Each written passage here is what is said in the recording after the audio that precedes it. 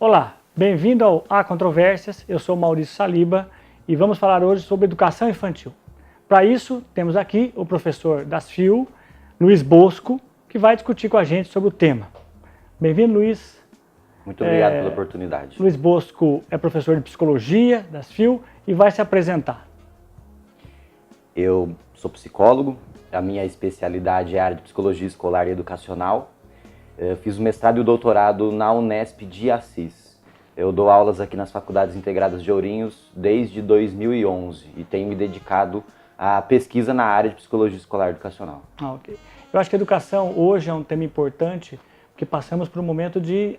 Quer dizer, acho que sempre houve crise na educação, mas há toda uma discussão, né, na mídia, nas redes sociais, de que passamos por uma crise aparentemente maior do que as outras. Mas, afinal de contas, né, a educação começa onde? O que significa educação? Ela começa onde? É importante a educação começa em casa, ela efetivamente se dá na escola? Como é que funciona isso? A gente precisa ter uma compreensão mais ampla do que seja a educação. A educação não é simplesmente a ação de transmitir uma habilidade ou um conhecimento. Então, se a gente for respeitar o que realmente quer dizer a educação, a gente precisa entender que ela começa ao se nascer. O contato da criança com o mundo, com a sociabilidade, com tudo que o mundo humano já traz para ela, já é educação. Então todo o contato que ela tem com os adultos, com a linguagem, com os brinquedos, com tudo que a cerca, é educação, sim. Então, existe a educação formal, que acontece dentro da escola, essa educação familiar, mais restrita a valores morais, a hábitos, religião, costumes, entre outras coisas, e essa educação no sentido geral, de tudo que se transmite para as novas gerações, é considerado educação. A gente pode ficar com a impressão de que estamos em crise da educação, e esse é um discurso que não é novo na área educacional, né? Sim, já vem há décadas, Sim. A ponto de podemos dizer que talvez seja uma questão de uma perpétua crise. É que nós estamos vivendo mudanças muito rápidas e sucessivas. A cada momento nós temos algo que afeta nosso sentido da relação com o mundo sendo trazido para todos nós. Okay. Basta a gente pensar que há 10 anos não era tão fácil o acesso a celulares. Sim. E hoje uma pessoa de qualquer idade tem celular, uma criança. E outras formas de informação, de receber conteúdo. A escola nasce num determinado momento da história, né? A escola nasce em torno do século XVIII, XIX, conectada ao capitalismo. Sim. Quer dizer, havia um interesse, havia uma conexão muito grande com o sistema econômico. Formar mão de obra, disciplinar, além do seu ideal utópico, né, de emancipar as pessoas, buscar liberdade e tudo mais. Sim. Essa conexão, ou seja, a função da escola hoje, preparar mão de obra, disciplinar as pessoas para o sistema capitalista, para trabalhar, não é? Isso está em crise por conta das mudanças do capitalismo? Em partes, porque realmente a escola, do jeito que ela é esse modelo clássico, ela está ligada ao modelo fabril. Sim. De acostumar as pessoas a levantar às 7 da manhã, ir para a fábrica, apertar parafuso. Suportar a rotina. Suportar a rotina, né? A disciplina da repetição dos movimentos da produção fabril. Sim. A produção fabril ainda existe. Essa disciplina ainda é interessante para o nosso modelo de sociedade. Mas em outros aspectos, a escola já não está mais dando conta. A nossa relação com a informação é outra. E a forma como a informação é transmitida dentro da escola, ela não acompanha essa nova dinâmica de transmissão de informações, que é muito mais rápida. O acesso à internet hoje ele já é bem maior do que há pouco tempo atrás. As pessoas não dependem mais da televisão, por exemplo, ou do rádio para ter acesso a certas informações. Não depende mais. Que a televisão e o rádio é um filtro muito bem definido do que vai chegar às pessoas ou não. A internet tem seus filtros também. Mas dominando um pouco mais essa ferramenta, a pessoa consegue ir atrás de qualquer coisa que a interesse. Entendi. Né? Quer dizer, há 30 anos, 40 anos atrás, a escola era o único local da novidade. Sim. É ali que a novidade, é ali que a informação chegava. Hoje ela compete com outros meios, não é? Quer dizer, ficou mais difícil para o professor trabalhar, para poder, né, se desenvolver seu conteúdo, porque o aluno não chega naquele momento, na sala de aula, eu acho que com tanto desejo de novidades. Ele encontra tudo, ele acha o mundo todo nas mídias. É isso? Mais ou menos isso? Sim, mas eu penso que dizer que isso atrapalha o trabalho do professor é ficar muito preso à visão tradicional de escola. Certo. Para o professor que não souber trazer isso para a sala de aula, atrapalha. Mas é possível. É possível dialogar com essas novas dinâmicas, com essas novas tecnologias. E até utilizá-las, né? Sim. Para muitos vivemos a sociedade da informação, que não é do conhecimento. Informação é uma coisa, conhecimento é outra, não é? Certo. Como transformar a informação em conhecimento? Essa não é uma pergunta fácil, né, Maurício? Né? É praticamente uma pergunta filosófica, né? Sim, sim. Mas porque aí... é difícil, eu acho, assim, os alunos têm muita informação, chegam com muitos canais de informação na sala de aula, e talvez um dos papéis mais importantes dos professores hoje seja justamente isso, quer dizer, indicar os alunos, trabalhar com os alunos, como buscar informação e transformá-las em conhecimento. Quer dizer, são muito rasas, não é? São muitas quantidades, mas em pouca profundidade. Sim. Como buscar isso corretamente? Onde buscar informações que se transformem em conhecimento, não é? O desafio é, então, saber utilizar essas informações. Sim. E as ferramentas que nos trazem informações. Aí a gente pode pensar em uma das diferenças entre informação e conhecimento. Sim. Esse é um problema até da escola tradicional, muito antes da internet, que é você assimila conteúdo, certo, mas você não sabe como empregá-lo. Exatamente. Sabe apenas repeti-lo para colocar em uma avaliação. Como instrumentalizar isso, não é? Isso. Então... Esse desafio não é dos mais simples, de fato. Sim. Mas eu penso que uma das coisas pelas quais se passa é a escola, não só a escola, o ensino, inclusive tudo. Superior Sim, também. Sim, tudo. Ensinar a usar essas ferramentas para acesso à informação, inclusive no que diz respeito a filtrar informações, selecionar informações e saber utilizá-las a seu favor. Sim. Não de maneira vazia. Okay. E também não colhendo qualquer informação sem discriminar aquilo que seja uma notícia falsa, aquilo que seja um boato, daquilo que seja genuíno. Ok. Inclusive, acho que uma das tendências hoje, quer dizer, na busca pela internet, nessa ânsia por notícias, nessa ânsia por novidade, é a dificuldade de se concentrar em alguma coisa profundamente, não é? Quer dizer, acho que as mídias e tem atrapalhado a educação nesse sentido. Os alunos têm dificuldade em se concentrar, não é? Em se dedicar a um tema, se aprofundar em um tema.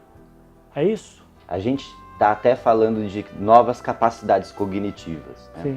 Então hoje as pessoas, não necessariamente só crianças e adolescentes, as pessoas acostumadas com as tecnologias, elas têm a capacidade de selecionar informações de forma muito rápida. Você abre o Facebook no seu celular, você só passa o dedo e só bate o olho, você já sabe aquilo que te interessa. Sim, sim. Certo? Então essa é uma capacidade nova. Por outro lado, nós estamos perdendo o hábito de nos familiarizarmos com informações mais sofisticadas, mais complexas.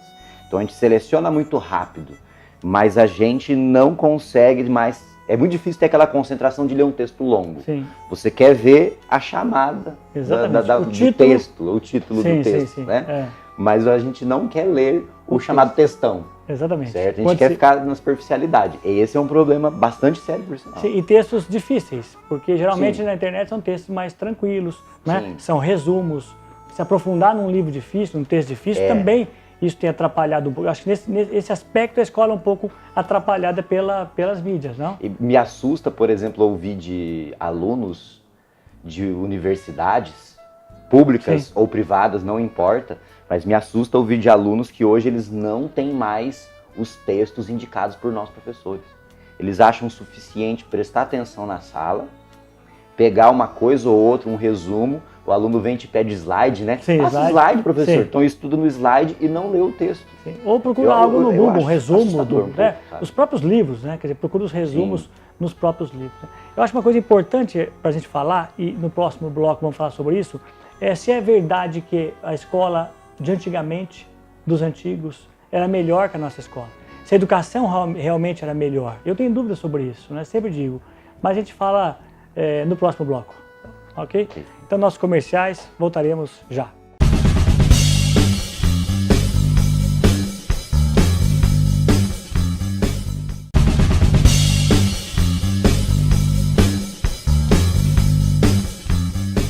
Estamos de volta com A Controvérsia. Conversamos hoje com o professor Luiz Bosco, o assunto é educação. E no bloco passado, anterior, falamos sobre educação, quando ela começa, o que significa educação. E agora a ideia é pensar um pouquinho se a educação realmente ela era melhor, não é? O que ela tinha de qualidade, se realmente ela era melhor. Eu acho que a educação antigamente era uma educação com outra perspectiva, né? Com outros tipos de alunos talvez que vinham de uma outra geração, uma geração mais disciplinada, porque estava num outro contexto histórico, mas não sei se a qualidade da educação realmente era melhor.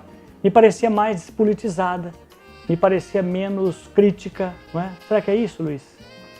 Tem essas questões dentre alguns fatores mais estruturais sobre como era o ensino há algumas décadas atrás. Sim. Até a década de 70, o ensino no Brasil, na realidade brasileira, ele não era democrático. Sim. Ele era de um acesso mais difícil. O ensino, uma elite, então, né? Sim, ele era pensado para uma elite, sim, que iria para cargos elevados ou para funções socialmente mais elevadas, né? Com a democratização a partir da década de 70, a estrutura não acompanhou adequadamente o acesso do grande número de pessoas que passaram a entrar dentro da escola, né? Passaram a estudar também. Sim. Então houve essa lacuna entre acesso e qualidade. Né? Se massificou, sim, sem garantir a qualidade para essa massa que ingressava na escola. Que era muito fácil, né, garantir qualidade antes. Poucos alunos, sim, poucos professores, não é? Para pouca gente, a qualidade era muito mais fácil. Sim. É impossível voltar uma qualidade hoje, nesse nível, sim, massificada como está, sem um investimento pesado do Estado. Não é isso? Sim, sim. E os problemas referentes ao trabalho do professor, por exemplo, eles começam bem antes até. Já nos anos 50, a gente tem algumas mudanças de legislação que aumentaram a carga horária dos professores sem aumentar o seu ganho, sem ter o aumento do salário proporcional. Isso já na década de 50. Já na década de 50. A gente tem uma pauperização da profissão, sim, de professor, particularmente das escolas, que já é de 6, 7 décadas que vem acontecendo. Sim, sim. Isso contribui para que diminua a qualidade do ensino de maneira absurda. Sim, né? sim. Porque o professor mal remunerado, como que ele vai trabalhar? Sim. Eu sempre digo que uma coisa importante a se pensar, sempre se diz, olha, é preciso que tenha aula para o aluno, tempo integral na escola, é preciso boas apostilas, é preciso boas escolas, estrutura, mas eu acho que o fundamental talvez seja conseguir um dia que os professores possam se dedicar somente a uma escola. Sim. Não é? Quer dizer, os professores hoje são obrigados a correr em 4, 5 escolas, né? Atender alunos em todos os lugares, né? Estar complementando o seu salário com outras atividades, outros trabalhos. Se você conseguir, eu acho que isso em países civilizados é assim, não é? O professor vive daquela escola, ou seja, ele se dedica exclusivamente àquilo e àquela escola. E o que ele ganha é suficiente para ter uma vida decente, digna, em uma escola só. Não é? Ele sente parte daquela escola. Em países como a França, os dias de aula são de terça a sexta, né? Sim. Então você tem 4 dias apenas. Sim. Por que esse dia a menos, né? Você não precisa tanto tempo na escola, você não precisa despender tantos recursos assim para uma educação. Exatamente. Claro que existe a contrapartida que boa parte dos trabalhadores franceses, eles têm um final de semana de 3 dias também. E aí a segunda-feira é um dia dedicado para a família acompanhar a educação dos filhos. Entendi. Seja em casa, no caso do inverno, né? Seja levando a criança, o adolescente para os eventos ao ar livre que acontecem no verão. Sim. Né? Então é uma concepção em que escola e família caminham juntas. Sim. E também atende a essa necessidade de ter uma carga horária menor para os professores. Que pode estudar mais, se preparar melhor. O professor deveria dar mais de 20 horas de aula por semana. O que no Brasil seria... Quer dizer, ninguém dá menos que 40, é verdade, né? Mas não deveria ser mais de 20 horas de aula por semana para poder fazer um bom trabalho, ter tempo para se preparar, para estudar, para ter acesso à cultura, entre outras coisas. Quer dizer, pensar em uma boa educação é algo muito mais complexo, né? Exige, eu acho que um pouco dessa questão de você ter professores que têm tempo para estudar e se preparar, sim, que tenham salários decentes para poder fazer tudo isso, para poder pagar seus cursos, comprar livros, não é? Descansar. Sim. Ao mesmo tempo estar numa escola só, se sentir parte dela, integrante dela, não é verdade? E tudo isso é o que eu acho que seria importante para uma escola, para funcionar as escolas públicas. E até as privadas passam por isso no Brasil. Sim, mesmo nas privadas, professores precisam completar suas cargas horárias em outras escolas. Sim. Não é isso? Quer dizer, não é exclusivamente um problema da escola pública, não, mas da privada também. Também, não é? do ensino brasileiro como um todo. Né? Como um todo. E esse problema de ficar em muitas instituições ao mesmo tempo não permite que o professor crie identidade com aquela Exatamente, instituição. sim. Porque quando você está numa instituição, você precisa entender a lógica Sim, dela, sim. os ritmos dela. E estar ali presente, o professor precisa atender a família, Sim. precisa atender o próprio aluno, com mais Sim. tempo, com mais cuidado. Não é só sala de aula. Não é só sala de aula, não é trocar de sala, sair correndo, ir para outra escola, sair correndo. Quer dizer, então são mudanças estruturais que tem que ser Sim. feitas, não é isso? Sim. Vamos pensar um pouquinho a questão da indisciplina, que se fala tanto, né, e da disciplina. Quer dizer, nós perdemos isso. Como é que anda essa questão da indisciplina, essa indisciplina escolar? Que nível está? Quer dizer, nós estamos passando por um problema de agressão nas escolas mesmo? Ou seria mais incivilidade o problema que nós temos do que essa violência que se propaga tanto na mídia? Ela é gerada por quê? O que você acha que está por trás disso? Tem um texto daquela filósofa Hannah Arendt, Hannah Arendt, já nos anos 50, ela falando sobre crise da autoridade. Já nos anos 50, ela dizendo que a família e o professor já não eram mais aquelas figuras incontestáveis de autoridade.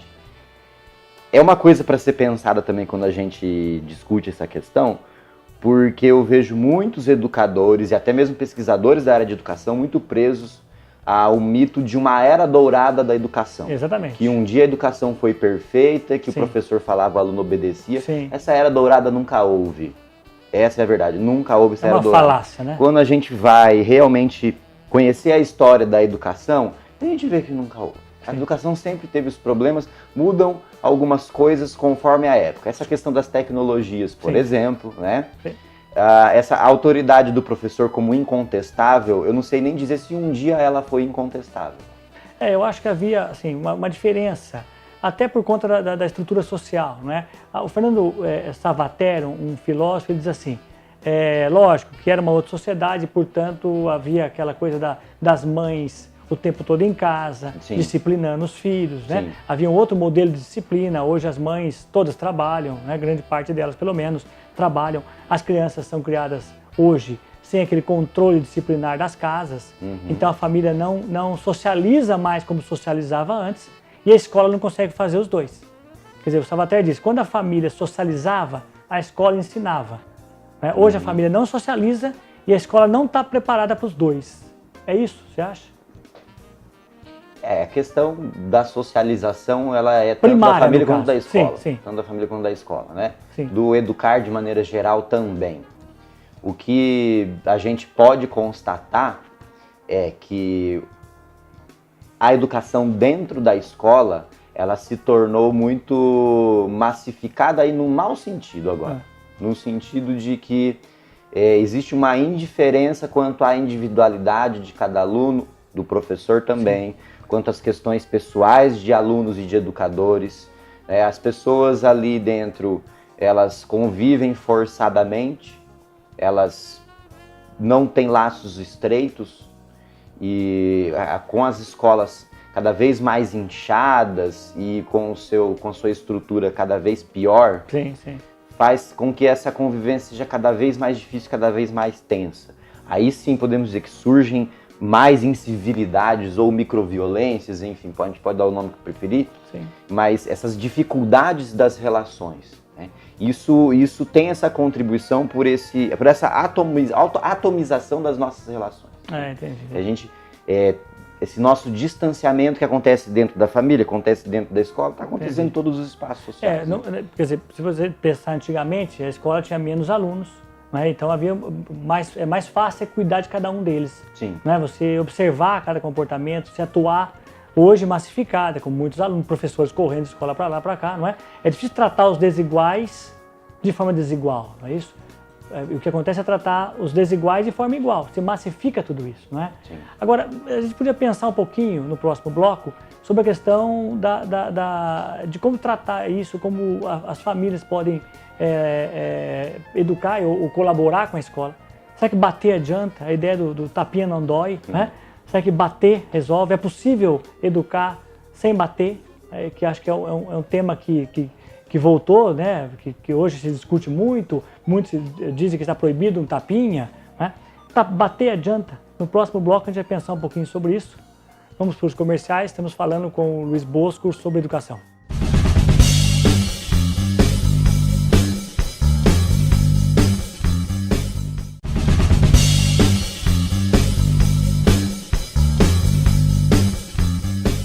Estamos de volta com o programa Há Controvérsias. Hoje trazemos o professor Luiz Bosco, que está falando sobre educação.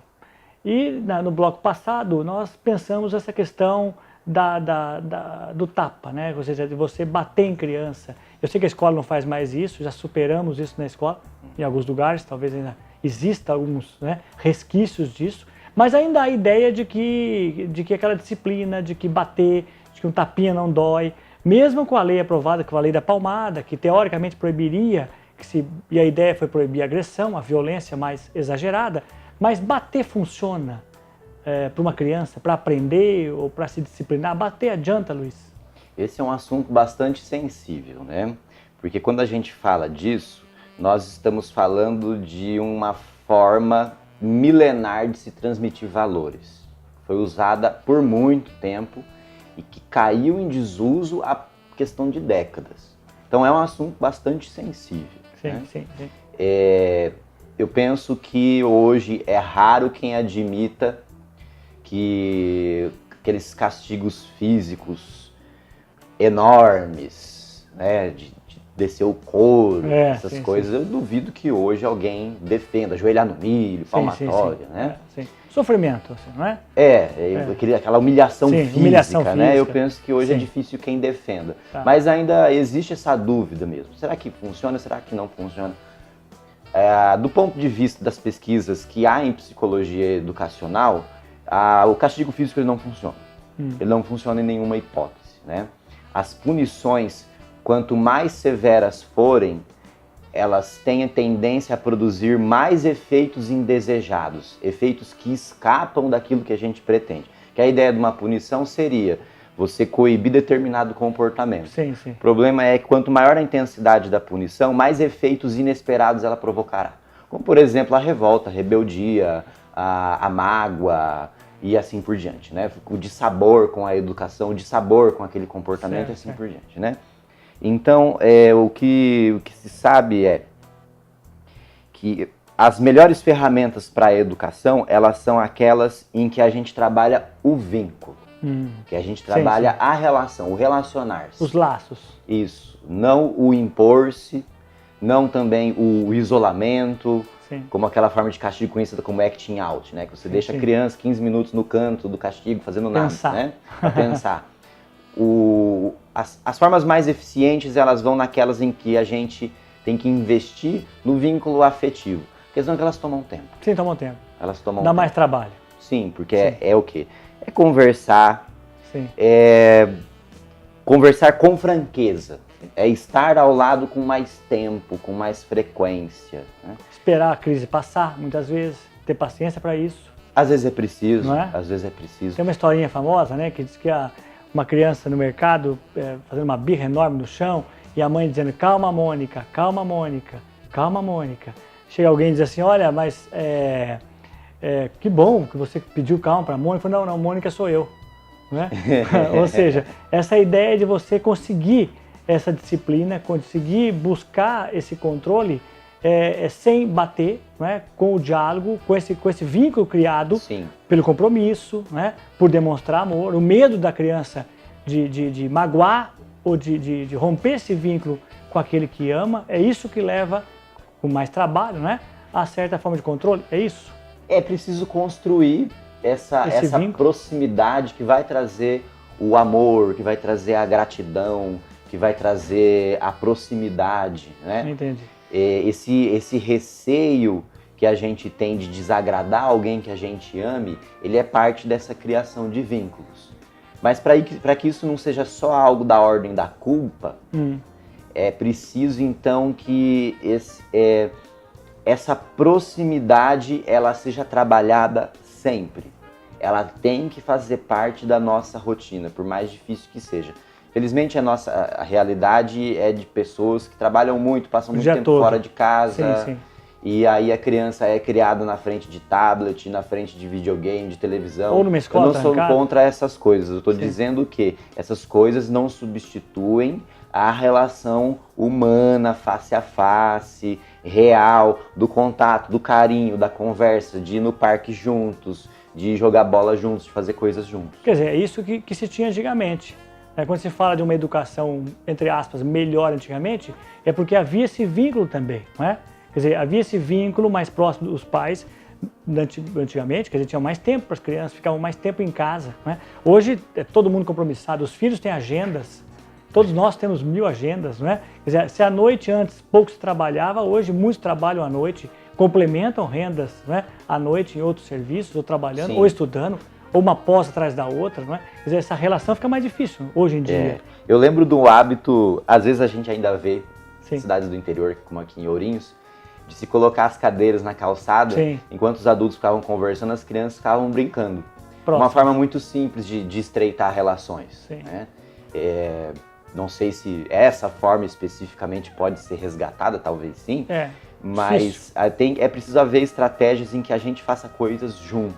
Tá? Quer dizer, a crise da escola passa um pouco pela crise, não crise, mas os problemas da escola passam por problemas da família, da formação, da criação dos seus filhos, da formação deles e tudo mais, não é? São interdependentes. Tá.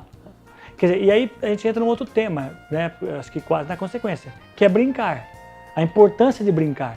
Né? Essa coisa da escola integral, não se perde um pouco isso quando se fala, eu desejo a escola integral é muito bom. Não se perde um pouco o brincar, não é brincando que a criança aprende a se controlar, aprende a lidar com as suas emoções, não é brincando que isso se dá. Quer dizer, a escola não fica muito formal, as brincadeiras na escola, por mais que tenha, mas não são brincadeiras muito formais, muito disciplinadas, muito controladas. Isso não atrapalharia também essa formação? É preciso a brincadeira livre, que é aquela brincadeira não dirigida, como acontece muito numa aula de educação física, por exemplo, que é válida também. Sim.